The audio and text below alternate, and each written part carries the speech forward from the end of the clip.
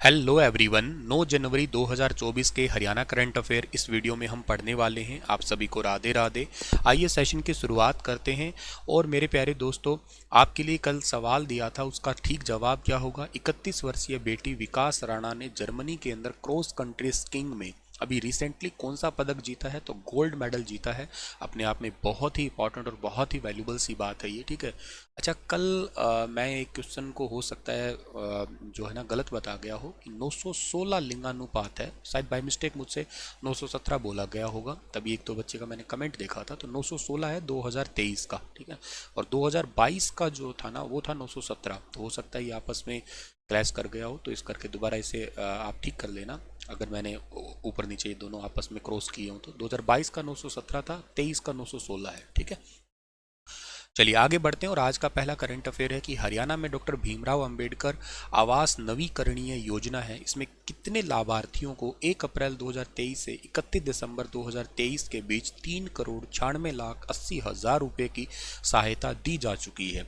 तो इसके तहत अभी तक टोटल 496 लाभार्थियों को ये लाभ मिल चुका है। मैं आपको वैसे बता देता हूँ कि ये डॉक्टर भीमराव अंबेडकर आवास नवीकरणीय योजना क्या है। उनके लिए है ये, जो अनुसूचित जाति पिछड़ा वर्ग कल्याण वर्ग डिपार्टमेंट से आते हैं। बीपीएल कार्ड धारक है, अनुसूचित जाति परिवार के हैं, उनको पुराने घर की मरम्मत के लिए, जो घर 10 साल से पुराना हो गया उस घर की मरम्मत के लिए 80,000 रुपये वित्तीय सहायता दी जाती है। उनके लिए ने इस ऑफिशियल वेबसाइट के ऊपर जाना होता है। तो इसी 80,000 रुपये की वित्तीय सहायता से तकरीबन जो है ना 3,96,80,000 रुपये की सहायता दी है 1 अप्रैल 2023 से 31 दिसंबर 2023 के बीच में। 496 ऐसे लोग हैं जिनको ये 80,000 रुपये घर की मरम्मत के लिए मिले हैं। अगला सवाल हमारे पास में आता है, इनका जो ये अभी रिसेंट गजट आया था 13 अक्टूबर 2021 का गजट था, जिसके अंदर डॉक्टर भीमराव अंबेडकर आवास नवीकरणीय योजना के बारे में बताया गया था। Repair of houses to all families of the Haryana state living below poverty line, उनके लिए गजट आया था ये। हरियाणा का हिसार एयरपोर्ट किस महीने में स्टार्ट होने वाला है? अपने आप में बेहद खास बात है ये हरियाणा के लिए, क्योंकि हरियाणा में वैसे पता है ये 2021 की बात थी, तब तो कहा गया था इसे इंटरनेशनल एयरपोर्ट बनाएंगे, लेकिन अभी के लिए डोमेस्टिक ही बनेगा शुरुआत में। तो ये, तो इस सवाल का ठीक आंसर है अप्रैल महीने के अंदर, यानी कि अप्रैल 2024 के अंदर ये एयरपोर्ट स्टार्ट हो जाएगा, ऐसा दुष्यंत चौटाला का कहना है। और ये कौन होते हैं सर कहने वाले? कि हरियाणा के अंदर ये मंत्री हैं। कौन मंत्री हैं ये हरियाणा के अंदर संभालते हैं, सिविल एविएशन डिपार्टमेंट को संभालते हैं। डेप्यूटी सीएम तो है ही है, लेकिन इनके पास नागरिक उड्डयन मंत्रालय भी है। सर कहाँ से कहाँ तक की कौन कौन सी फ्लाइट होगी? हिसार से चंडीगढ़ मिल पाएगी, हिसार से दिल्ली, जम्मू, अहमदाबाद, जयपुर, कुल्लू, इन रूट पे हवाई जहाज चलेंगे। 70 सीटर वाले हवाई जहाज स्टार्टिंग में चलाए जाएंगे ये। अच्छा, ये जो जहाज चलाए जाएंगे इसके लिए क्या है, एक कंपनी के साथ भी एमओयू कर लिया गया है। और इसके लिए क्या है, एयर कनेक्टिविटी स्टेट वीजीएफ यानी कि वाइबल गैप फंडिंग होगी। इसका मतलब क्या होता है कि जैसे कई बार जिस रूट पे ज़्यादा जहाज नहीं जाती है ना, तो वहाँ का किराया आप देखना बहुत ज़्यादा होता है।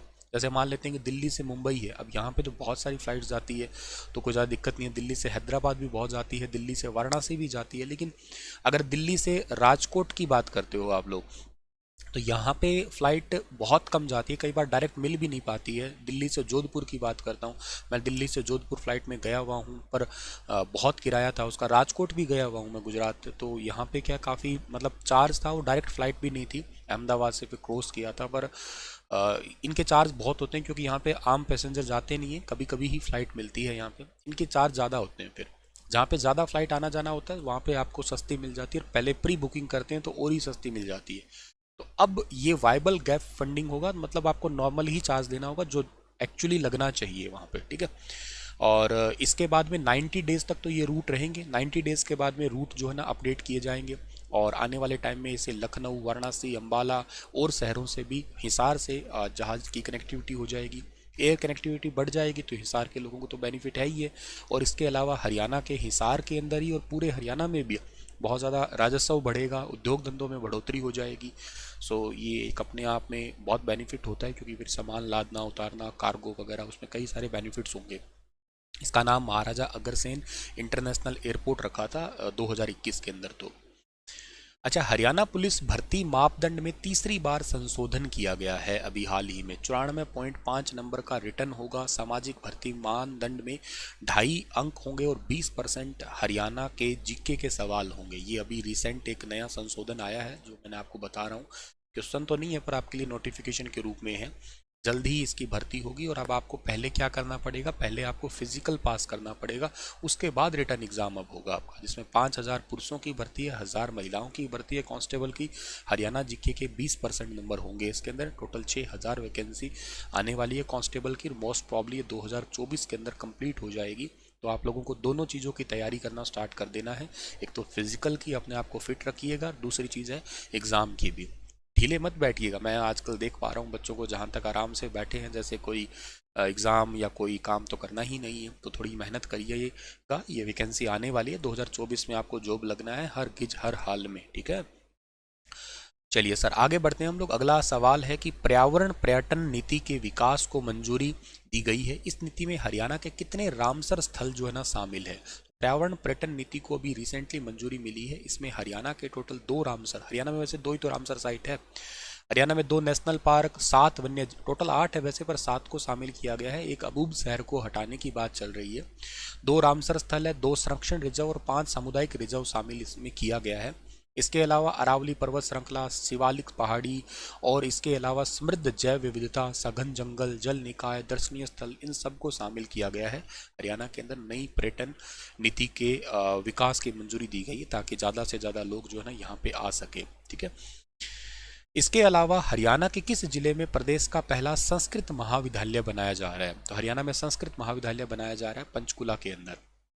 चरखी दादरी के किस गांव के कुंड की खुदाई के दौरान लोह और पत्थर की प्राचीन वस्तुएं मिली है। ये मिली है कारीधारणी गांव के अंदर। चरखी दादरी का एक कारीधारणी गांव है जहाँ पे एक मंदिर परिसर के अंदर जो है ना जोड़नाथ मंदिर परिसर में कुंड की खुदाई चल रही थी। तो वहाँ पे लोह पत्थर की अनेक प्राचीन वस्तुएं मिली है। तो अभी इनके बारे में कंप्लीट नहीं पता लगा कि ये कौन सी सभ्यता से जुड़ा हुआ है, लेकिन हाँ ये अभी मिली है तो ये थोड़ी चर्चा भी है। कारीधारणी गाँव चरखी दादरी के अंदर।